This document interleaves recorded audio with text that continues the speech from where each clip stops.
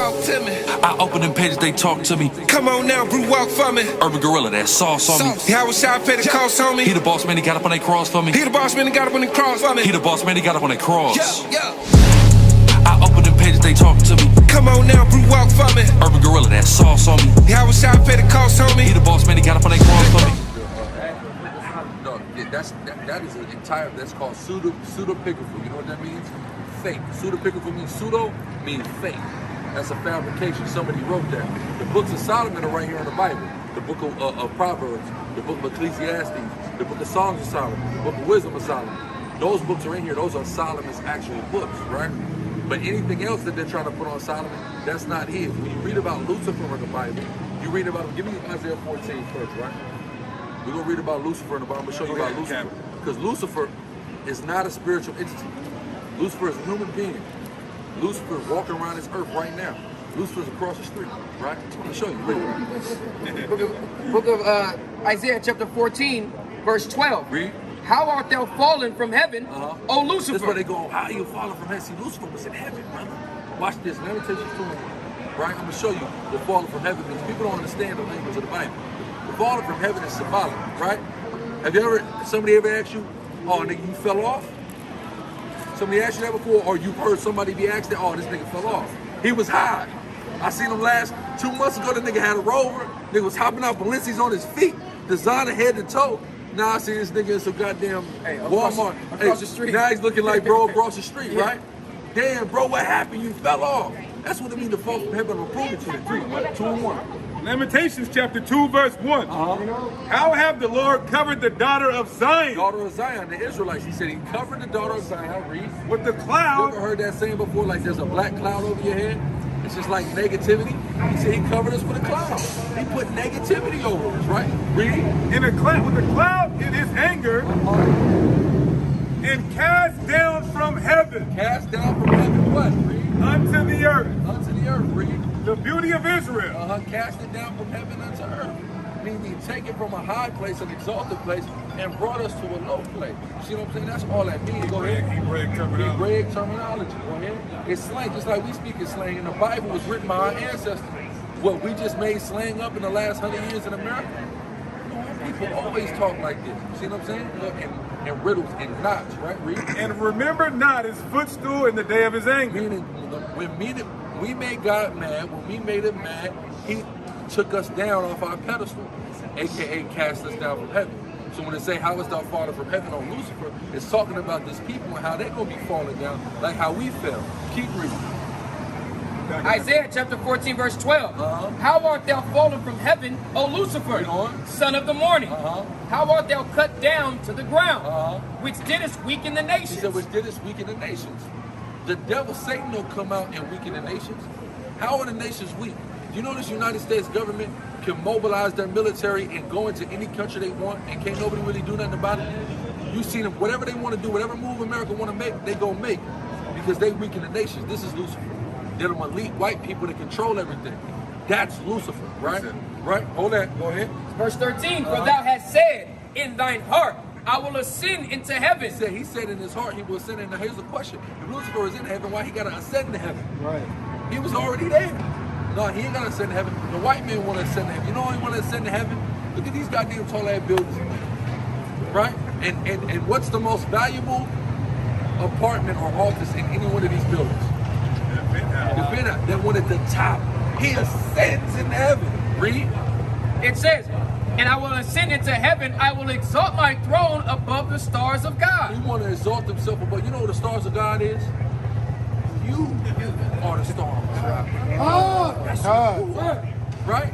Not you look up the stars is cool and they're beautiful and the Lord created them. But you are the star from God whose light shines in the earth. And he exalted himself above you. How did he do that? The white man is superior. The black man is inferior, right? But we clearly show our superiority on a day-to-day basis. So you are the stars of heaven that Lucifer exalted his throne above. Read. I will sit also upon the mount of the congregation in the sides of the north. Go ahead. Revelation 2 and 28. 26. And this is Christ speaking. And he that overcometh and keepeth my works unto the end, Read on. to him will I give power over the nation. See, they have power over the nations now. That's how they weaken the nations. Because right now, the white man, he has power over everybody else. He want to run the Chinese, the East Indian, the Arab, us, whoever he wants to. He exercises power over, right? But Christ, he gonna give us that same power, and we gonna be over the nations. Read. And he shall rule them. And we gonna what? Rule them. You keep the commandments of God and faith in Christ, you shall rule the nations, right? In a much greater fashion than the white man ever could. Read. With the rod of iron. What? With the rod of iron. Rod of iron. That rod of iron ain't there to give blood. What's the rod of iron to do? Read. As the vessels of a potter shall they be broken to shivers. Meaning you gonna have a rod of iron and you're gonna break the nations. You're gonna weaken the nations. Christians ain't ready. Right? The white man done went and did all that already. But soon it's gonna be our turn again to rule the nations and to weaken the nations. Right? We just gotta do our part. Keep the commandments and have the faith. More on that? Yep. Go ahead. Even as I received of my Father. Right? Because God is giving that to his son. Right? And we are also the sons of God. So that's being given to us, right? Read. There goes for the Lucifer cut. And I will give him the morning star. I'll give him the morning star. The term morning star, that's where the term Lucifer comes from. It literally just means morning star. So right now, the white man, he's the morning star. He's what shines bright. Right. But soon, he will be us again. Exactly. Right. That's all that means. We're going to take his place, right? Let's prove that in 2nd Ezra. 2nd Ezra 6 and 8 to 9, right? We're going to take his place. You ever seen the movie Trading Places? Eddie Murphy. Remember the rich crackers came, they see Eddie Murphy was a bum, they said, listen, we're just going to make this nigga rich right now. It's going to be trading places. But God is behind it, right? Read that. 2nd Ezra chapter 6 verse 9. For Esau is the end of the world. Esau, that's the white man. He's the end of the world. He's the evil twin brother, right? Read. And Jacob. And Jacob, that's us, the Israelites. The 12 tribes, right? Read. Is the beginning of it that follows. And we're the beginning of it that follow, right? Meaning the next world, the world to come, that's our world. That's our time to rule. When I say our world, that it's going to be a new earth. God's going to make a new place, and we're going to just go over there. Nah, it's this place that we at, but it's going to be a new rulership. It's going to be ours. You see what I'm saying? That's like a whole new way. Ain't going to look nothing like this. You see what I'm saying? Look at this goddamn concrete. Look what this white man has done to this earth. Nobody else on the planet has done this to the earth. Destroyed the damn thing. Give me revelation about the he destroyed the earth. What's that, 14? No, 16? You know what I want, right? This man has destroyed this whole earth. When the black man was in power, the indigenous people was in power, was we doing this to the earth? Pollution wasn't a problem. You see what I'm saying? The earth was fine. Now look at this goddamn. So this man, he ain't got no business running the earth nowhere. So it's gonna go back into the hands of the rightful owners. We just gotta do our part to our God and serve him as he commanded us to, right? Precept? What a wicked on his own. Yeah. Revelation chapter 11 and verse 18. And the nations were angry. Yeah, the police watching us right now. Go ahead.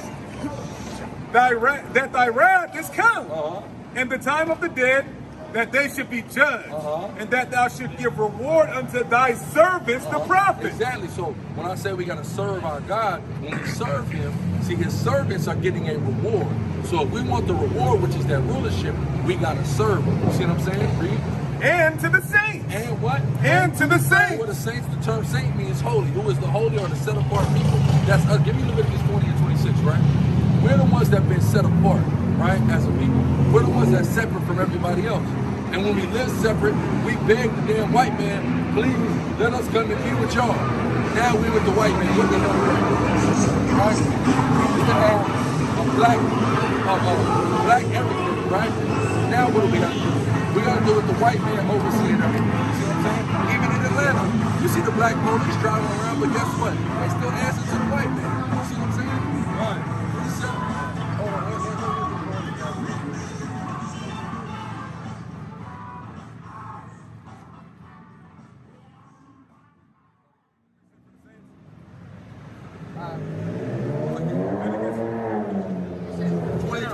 No, I'm about to say, you look for the saints. Watch this, go ahead. Okay, yeah. The book of Leviticus, chapter 20, verse 26. And ye shall be holy unto me. Holy, right? Read. For I, the Lord, am holy, and have severed you from other people. He severed us. Sever means cut. Like he's, if we were joining anybody, he'd cut us. You see what I'm saying? So we're our own separate group of people. That's unlike everybody else. That everybody else wants to be like. wants to copy, etc. Right? Go ahead. That ye should be mine. We're his. We're the Most High God. So we got to come back to serving him so we can get the just reward, right? Go ahead. Real quick, you can correct me if I'm wrong. So you seem like you have a general understanding of the Bible, right? Remember the Tower of Babel when everybody was trying to be one? That's when he cut everybody. And he gave them, he severed everybody, but he severed us out at that time. And then he gave them their other little entities, but he said he's going to rule over us, right? Back in Revelation 11 and 18, it says, in them that fear thy name, small and great, and should destroy them which destroy the earth. So God said he's going to destroy them which destroy the earth. And look what this man has done to the earth.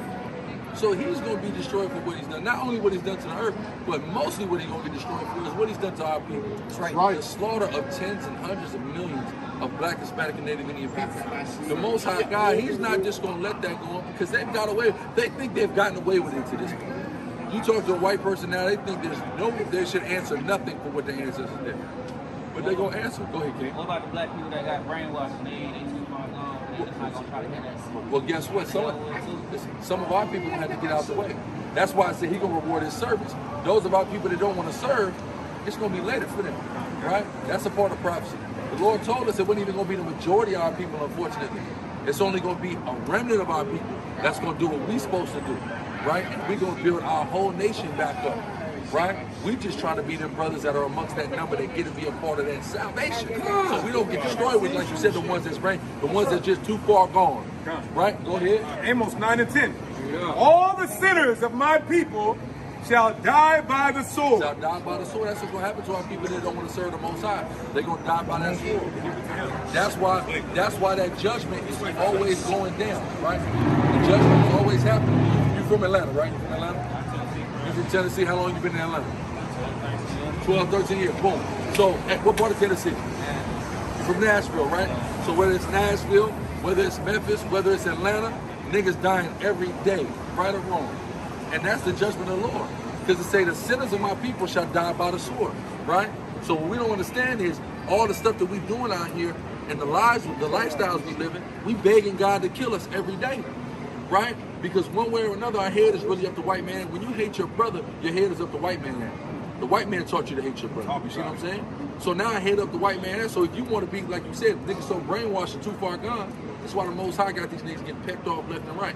But guess what? There's an even greater grand finale judgment that's coming that we trying to avoid. See what I'm saying? And we got to serve the Most High in order to avoid that. Go ahead and read that on. God, let me finish this. It says, which say, the evil shall not overtake. See, a lot of our people think ain't shit gonna happen. I'm straight. I got my little gun now, I'm straight. Niggas die with that gun every day. It ain't about nothing. You can stand right here with your pistol, right? And you looking at me and the nigga run up behind you. But you can't do nothing. You couldn't even get to your guns. You ain't seen it coming. You see what I'm saying? Our people, niggas talk about, I don't lack. You know what Nipsey Hussle said before he died? A big song came out right before he died. He said, what did he say? Something about, Why you outside without no gun? You think this shit is a game? Yeah, but he also said, under no condition you'll ever catch me slipping. He said that. And then look what happened to him. Literally, exactly. But under no condition that was supposed to happen. But our people, just realistically, there's going to be a time where you're caught off guard, right? We can try to be on point as much as you can all the time, but there's going to be times you're going to be off point. Human error. Human error. But guess what? If the Most High has scheduled you an appointment with death, there's nothing you can do about it. You can pull out the gun and jam, right? My little brother pulled out a revolver on it. Revolvers don't jam, right? My little brother banged that on the nigga with a revolver and jam. How that happen? The revolver jam. The Most High God got all this stuff figured out. So it's our job just to serve him. You see what I'm saying? Go ahead. Deuteronomy chapter 32, verse 39. See now that I, even I am he, and there is no God with me. I kill and I make alive. I kill and I make alive. So it's in our best interest to serve him so he keeps us alive and gives us a reward. When we turn our backs from him, we asking him to kill us. We asking him to have us get caught slipping out of light. And damn all that hell we getting caught slipping out of light. You can get damn rear-ended by a semi-truck and be gone. You can all of a sudden find out you got cancer. You see, there's what they say, 6 million ways to die. See what I'm saying? So he got so many different ways invented to get rid of any nigga that's not doing what he wants him to do. Boom. You see what I'm saying? Go ahead. I wound and I heal. And here's the point. You said if the Most High has an appointment for you, you can't can't be. You're not going to be late. You're going to be on time now. It says, he says, neither is there any that can deliver out of my hand. See that? Boom. There's nothing any of us can do. So the best thing that we can do is to give me that choose life. Deuteronomy 30, right? Because either we got that path, right? Here's the cold thing, like the brother was breaking down. The cold thing is, the choice is really an illusion in the first place. Because if you're going to do the right thing, and if you're a part of the men that's going to be saved, give me that Romans 8, and then give me that in my hand. John 17, because you mentioned free will earlier. Free will, because the coldest thing is, either you going to choose, I'm talking to you right now, right? Now, I'm just the vessel of the Most High. You either going to hear what I'm saying or not, right? That, the Most High's already decided that, right? Whether you're going to do the right thing or not, he's already decided. Whether you are of that number or not, he's already decided that. But that's from where he sees it, all the way at the top. But how we see it on earth, we're looking at it different. We're looking at it like we're making conscious choices. You see what I'm saying? That's what's called the illusion of choice.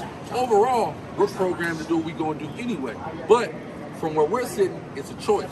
So we can either choose life or we can choose death. It's all about the difference of vantage points, right? Go ahead, get that. Deuteronomy chapter 30, verse 19. I call heaven and earth to record this day against you, that I have set before you life and death. I said what? It says, I have set before you life and death. Set before life and death. Either we can keep the commandments of God or we cannot. Keeping them is life, not keeping them is death, right? Read. Blessing and cursing. Therefore, choose life. It said what? Choose life. Choose life. That's what we're supposed to choose, right?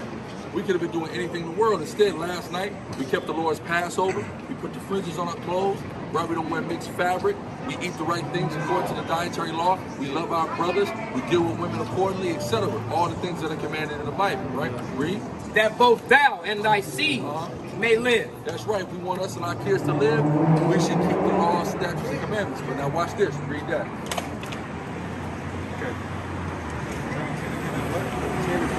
Romans 8 and 28. And it reads, and we know that all things work together for the good to them that love God, to them who are called according to his purpose. God has a purpose. He called people according to his purpose, his reason. Right, read. For whom he did foreknow, who he knew before, read. He also did predestinate. Predestinate. So he has people that are whose destiny is to what? Read. To be conformed to the image of his son. So some people's destiny is to be with who the world called Christ, whose real name is Yahushua. Some of our destiny is that. We hope that's our destiny, right? We're trying to do works that are testimonies to the fact that's our destiny, but we won't know until we have that date with destinies, right? Read. So that he might be the firstborn among many brethren. Among many brethren. Remember, he died, right? He gave his ghost up, then he took it back. That made him the firstborn among many brethren, right? That came and basically overcame death. By us forbidding those negative choices, we're overcoming death, right? See what I'm saying? John chapter 10, verse 28. And I give unto them eternal life, and they shall never perish, neither shall any man pluck them out of my hand. Neither shall any man pluck them out of my hand. So whoever the Most High God, the Father, put in the hand of his Son can't be plucked out. So either we in his hand or we not. But again, we won't know until that day of destiny. What's your name, King? Monte. My name is Alizar. It's a pleasure to meet you. I'm a pastor back right to the all praise y'all.